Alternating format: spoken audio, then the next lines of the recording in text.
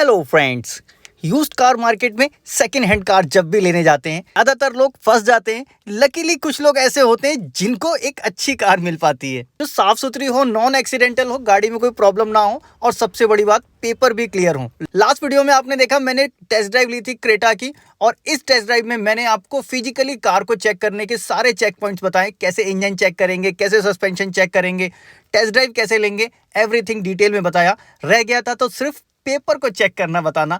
आज की वीडियो में स्पेशली फोकस करूंगा पेपर्स के ऊपर। आज मैं टेस्ट ड्राइव ले रहा हूं इस इको स्पोर्ट की और टेस्ट ड्राइव लूंगा, साथ में पेपर के बारे में कुछ इंपॉर्टेंट इन्फॉर्मेशन आपको दूंगा, कैसे आपको पेपर चेक करने हैं कार के। साथ में कैब सर का भी बड़ा एक्सपीरियंस है, वो भी अपने हिसाब से आपको बताएंगे क्या क्या चीज़ें आपको देखनी चाहिए लेने से पहले। गाड़ी एक बार मैं आपको बाहर से दिखा देता हूँ। गाड़ी बाहर से दिखने में कैसी है। अलॉय व्हील लगे हैं गाड़ी में, टायर अभी पूरे हैं, मॉडल है 2020 26,000 driven first owner car Ford Eco Sport. ये खड़ी है, बाहर से देखने में बिल्कुल साफ़ सुथरी है। छोटे से ये माइनर स्क्रैच ये आपको दिखते ही हैं। ये तो नई गाड़ी भी होगी तब भी आपको एक आध दिखे जाएंगे। बाकी एक बार इंटीरियर अंदर से दिखा देता हूँ गाड़ी का। इंटीरियर में सबसे पहला पीस आपको एडी दिख रहा होगा। पूरी गाड़ी साफ़ है और 2020 मॉडल इको स्पोर्ट एक टाइम पे बहुत डिमांडेड गाड़ी थी, आज भी बहुत डिमांड है गाड़ी की। गाड़ी के अंदर चलते हैं, अब लेते हैं इस गाड़ी के टेस्ट ड्राइव। और फोर्ड के जो दरवाजे हैं ना, बिल्कुल हैवी फील कराते हैं बंद करते समय। गाड़ी आ गई रोड पे, 2020 model Ford Eco Sport Titanium. इसकी डिमांड 8,40,000 रुपये की ये Eco Sport, running 26,000। Cab sir का भी लंबा एक्सपीरियंस है इस फील्ड में, गाड़ियाँ खरीद भी रहे हैं, बेच भी रहे हैं। ये भी आपको बताएंगे किन चीज़ों को आपको देखना चाहिए। पेपर में कई बार लोग धोखा खा जाते हैं, कुछ कमी रहती है। पेपर में क्या क्या देख लेना चाहिए। हमेशा जब भी आप अगर कार परचेज कर रहे हैं तो उसका आप किसी से भी परचेज कर रहे हो, सबसे पहले आप उनसे ये पूछो कि आपको कार पे पेपर्स में कोई डिस्प्यूट तो नहीं है, कोई पेंडिंग चालान हो गया, या उसके अलावा कोई, या तो आपकी कार ब्लैक लिस्टेड तो नहीं है। क्योंकि अगर ये कार अगर ब्लैक लिस्टेड होगी तब आपको बहुत ज़्यादा परेशान होना पड़ सकता है और ओनरशिप ऑफ ट्रांसफ़र में भी बहुत दिक्कत आती है। इसके अलावा जब ब्लैक लिस्ट कैसे चेक करेंगे, कैसे एक नॉर्मल बंदा मैं ही हूँ मान लीजिए, मैं कैसे चेक करवाऊँगा अगर मुझे देखना है? वो आप बेसिकली चेक कर सकते हैं, एक बार एम परिवहन पे भी चेक कर सकते हैं। हाँ। पहले एक हुआ करता था, एक SMS के थ्रू हम लोग चेक करते थे कार। हाँ। अब शायद वो चीज़ बंद हो गई है। सो अब उसके लिए थोड़ा सा एक बार आपको ध्यान देना पड़ेगा कि आप कोई कार अगर परचेज कर रहे हो तो उसमें बैक हिस्ट्री थोड़ी सी जान लें आप। सर्विस हिस्ट्री अगर मिल जाती है कार की तो वेरी गुड, अगर नहीं मिलती है तो आप एक बार उसको वेरीफाई करवा लें किसी भी सर्विस स्टेशन से। आजकल सर्विस हिस्ट्री लेना थोड़ा सा मुश्किल काम हो गया है, क्योंकि पहले आप फ़ोन करके आप इजीली अवेलेबल हो जाती थी, लेकिन आज के टाइम पे वो नहीं होती है। तो फिर भी बहुत से सर्विस स्टेशन वाले दे देते हैं, तो उससे आप वेरीफाई कर सकते हो। कोई स्ट्रक्चरल डैमेज अगर होगा तो आपके सर्विस हिस्ट्री में आ जाता है। और उसमें भी दो चीज़ें होती हैं, अगर आप कार परचेज़ कर रहे हैं, जॉब कार्ड्स खुलते हैं। जॉब कार्ड में एक्सीडेंटल रिपेयर एक होता है, तो वो एक्सीडेंटल रिपेयर आपको वो एक्चुअल में एक्सीडेंट नहीं होता। वो जब आपकी कार पेंट शॉप में या फिर कुछ छोटे मोटे काम के लिए इनिशियली जाती है तो उसको वो ओपन करते हैं एक्सीडेंटल रिपेयर में। तो ये छोटी छोटी चीज़ें होती हैं, कभी कभी लोग मिसगाइड हो जाते हैं इन चीज़ों को लेके कि गाड़ी एक्सीडेंटल रिपेयर में गई हुई है तो गाड़ी में ज़रूर इसमें कुछ ना कुछ एक्सीडेंट हुआ होगा तभी ये गई है। तो ऐसा कुछ नहीं होता। आप उसको प्रॉपरली पढ़ें। अगर आपके पास में पूरा सर्विस हिस्ट्री है तो थोड़ा सा आपको वहाँ पे क्लियरेंस आपको मिलेगा।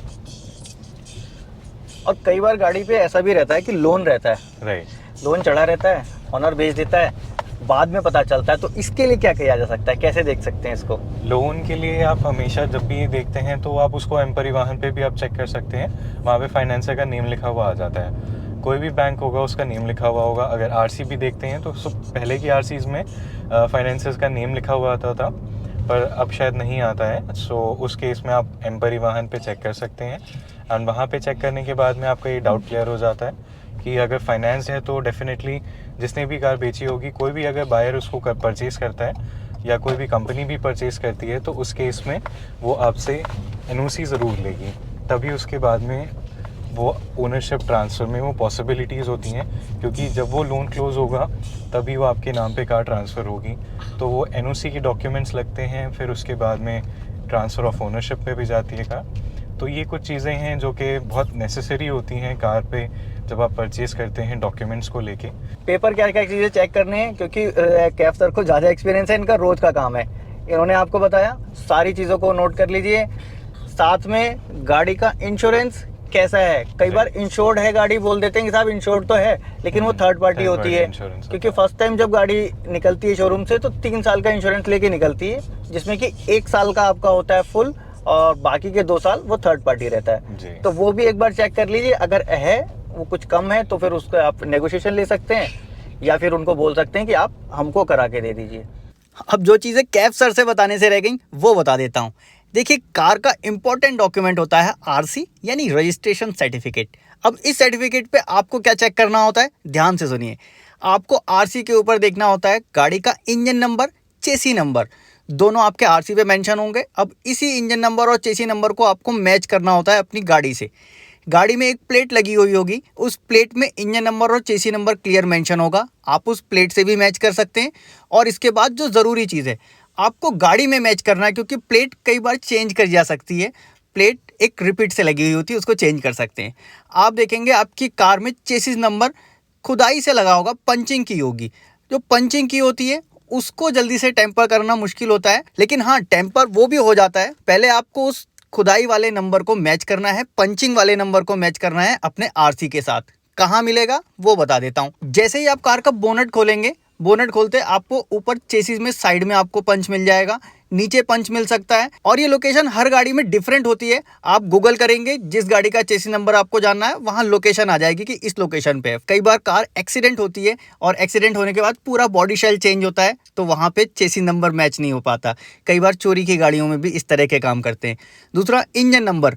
आप इंजन पे देखिए एक प्लेट लगी हुई होगी, उस पे मेंशन होता है नंबर, वो प्लेट भी आप देख लीजिए। ऐसे टेम्पर वाले केस बहुत कम ही आते हैं, लेकिन हाँ, मैच करना बहुत ज़रूरी है। कई बार ऐसा होता है कि ये हेरा फेरी वाली गाड़ियाँ भी चिपक जाती हैं, फिर आपके लिए बड़ी दिक्कत हो जाती है। आपको अपनी कार की डिटेल एक बार एम परिवहन ऐप पे भी चेक कर लेनी है। आप वहाँ पे इंजन नंबर, चेसी नंबर, गाड़ी नंबर डालेंगे, आपको सारी डिटेल मिल जाएगी। कार पे कोई चालान तो नहीं है, कार कहीं ब्लैक लिस्टेड तो नहीं है, या फिर कार के ऊपर कोई लोन तो नहीं लिया हुआ। और साथ में इंजन में कई जगह पे इसी तरह की पंचिंग होती है, तो आप उस लोकेशन को गूगल पे सर्च करके उस इंजन की पंचिंग को, चेसिस की पंचिंग को अपनी आरसी से ज़रूर मैच कर लीजिए। और बाकी सर्विस रिकॉर्ड लेना वो तो ज़रूरी है ही है। आपको कैफ सर ने ऑलरेडी बता दिया कि सर्विस रिकॉर्ड कहाँ से लेना है, कैसे लेना है। वो आप अपने एंड से, अपने सोर्स से उसको निकलवा सकते हैं, या फिर ऑनर खुद अगर प्रोवाइड करा देता है तो वो बहुत अच्छी बात है। और जब आप कार की डील कर रहे हैं तो डील करते समय आपको उनसे जो डॉक्यूमेंट लेने होंगे वो बता देता हूँ। आपको लेना होगा फॉर्म 29, आपको लेना होगा फॉर्म 30। ये दोनों फॉर्म आपको साइन करा के लेने होंगे, और ऑनर की फ़ोटो भी लेनी होगी। फॉर्म 29 और फॉर्म 30 ये दोनों आपको रीजनल ट्रांसपोर्ट ऑफिस में जमा करने होते हैं, आरटीओ में जमा करने होते हैं। और इसके साथ आपको ज़रूरत पड़ती है एक एफिडेविट की, जिसमें क्लियर मेंशन हो कि आपने इस गाड़ी को खरीद लिया है, बेचने वाले ने इसको बेचा है, इससे पहले का चालान वगैरह जो भी कुछ भुगतान होगा वो उस बेचने वाले का होगा और आज के बाद से आपका होगा। और अब तो ट्रांसपोर्ट ऑफिस में जाने की भी ज़रूरत पड़ती है, जो सेलर है वहाँ खुद जाएगा और तब जाके कार ट्रांसफ़र करवाते हैं। तो जी, ये बात हो गई आपकी पेपर वर्क की। आपका इंजन चेक करना, परफॉर्मेंस चेक करना, गियर बॉक्स लेना, एवरीथिंग, सारी चीज़ें मैंने आपको बता दी। गाड़ी नई लो या पुरानी, पीडीआई बहुत ज़रूरी है। प्री डिलीवरी इंस्पेक्शन के लिए अगर कुछ हेल्प चाहते हैं तो हमारी ईमेल पे मेल कर सकते हैं, इंस्टाग्राम पे भी अगर चाहें तो वहाँ कांटेक्ट कर सकते हैं। पीडीआई के लिए कई बार मैं जगह जगह जाता रहता हूँ। तो बस फिलहाल अभी गाड़ी को हम टेस्ट कर चुके हैं, गाड़ी लेके जाएंगे ऊपर, लगाएंगे। और आज की इस वीडियो में इतना ही था। वीडियो में अगर कुछ भी आपको सवाल मन में आता है, लगता है कि ये चीज़ मुझे और इन्फॉर्मेशन और डीपली मुझे जाननी है, ज़रूर कमेंट बॉक्स में लिख दीजिएगा, या फिर अगर चाहें तो इंस्टाग्राम पे भी मुझे फॉलो कर सकते हैं। मिलते हैं नेक्स्ट वीडियो में ऐसे किसी इंटरेस्टिंग टॉपिक के साथ। Thanks for watching. Thanks sir. so much. Thank you Thank you sir. so much.